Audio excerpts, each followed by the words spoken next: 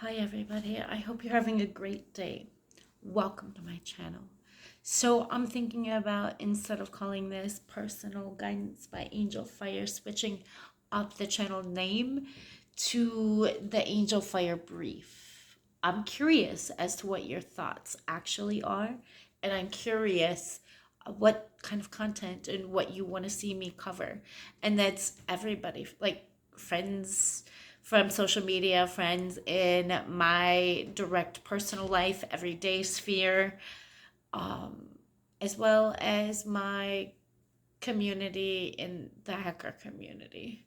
So we need to touch base, and I want to know what you want to see me cover here. I'm going to just get into Iran with that. So Riyadh has plausible reason to believe that Iran could and would launch an attack. And anybody who has actually been paying attention to the UAE in Iranian conflict is actually already aware, pretty much.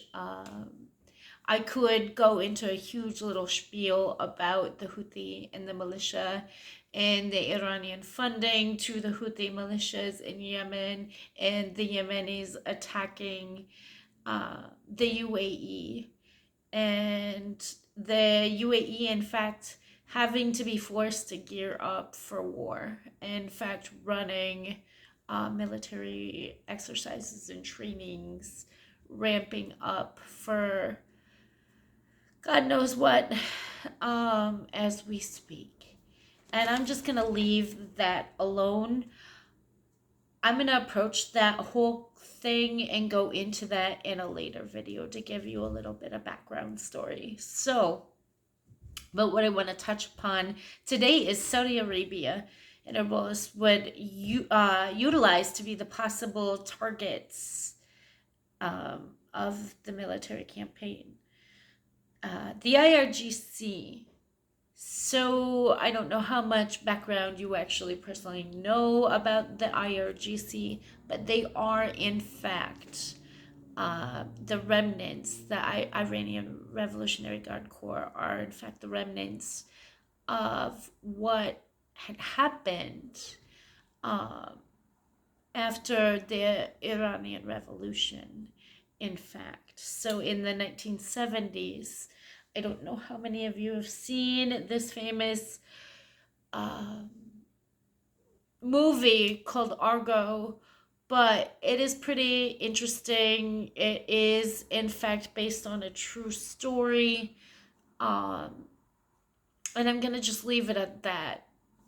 If you haven't caught that movie, it will give you a little bit of backstory about the Iranian Revolution in the 70s. They overthrew the Shah, in fact. And ever since they overthrew the Shah, the Iranian Guard Corps have, in fact, been strategically and militarily placed, as well as worked on and an active, the Savak.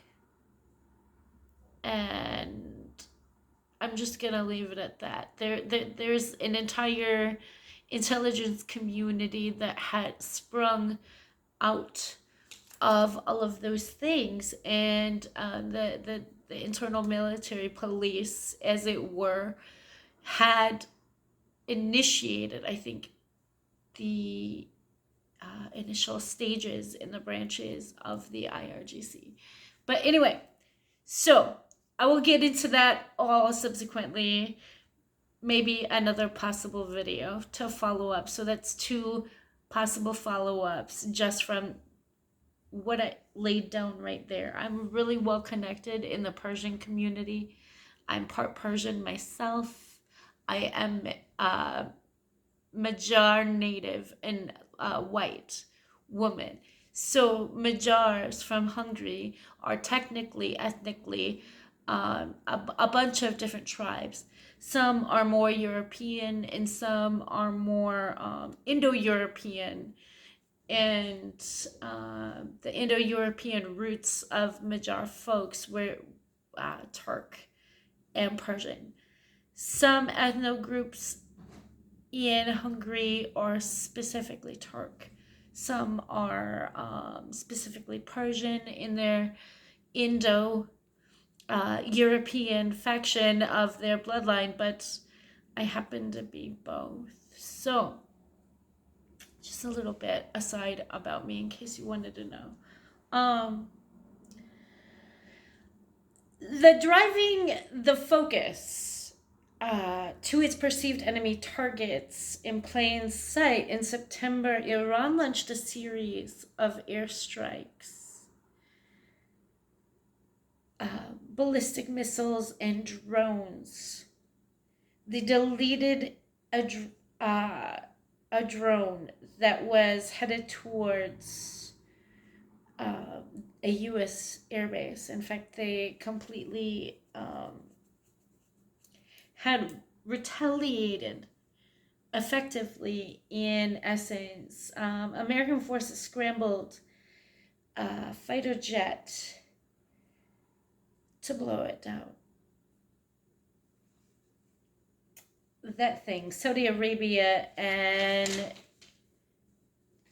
Joe Biden already have strained relations because of Biden being upset about the oil situation. And maybe I can go into that in a little more detail in my personal opinions. I'm not going to attack my president here, but I don't think that was the wisest move that could have been met.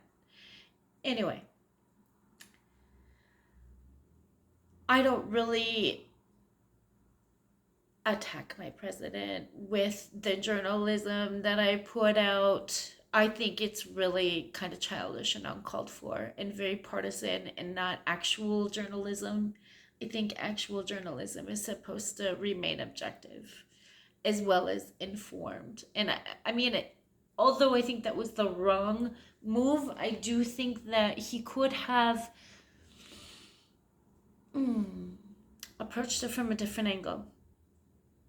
Several different angles, in fact. And I'm just going to leave it at that.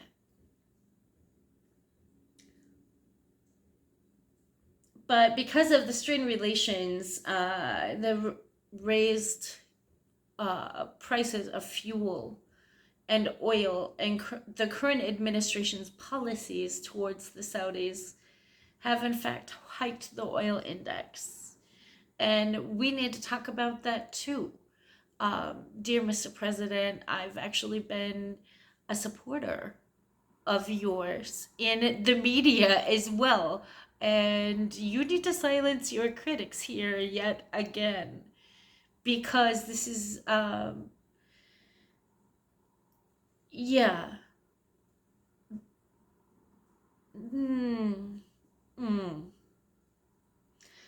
The OPEC spokespeople, some of which I, have spoken with directly and have like in different networks, in different social media and things,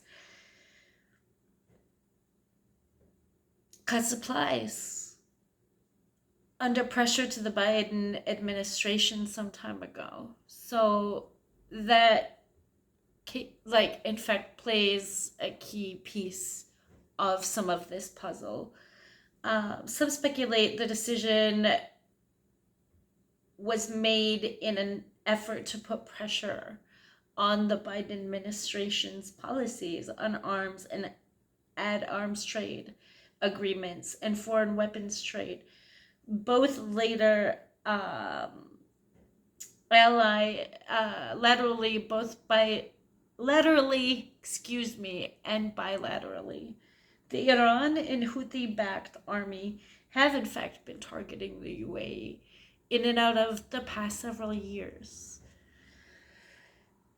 That is another leg of this conflict that adds even more intensity and speculation. The Houthi-backed Iran contingent continue to lay down campaigns against each other's common enemy, Saudi Arabia, launching the global calls for a ceasefire. The Houthi continue to draw campaigns in the region of Marib as well as a couple of the outlying regions subsequently.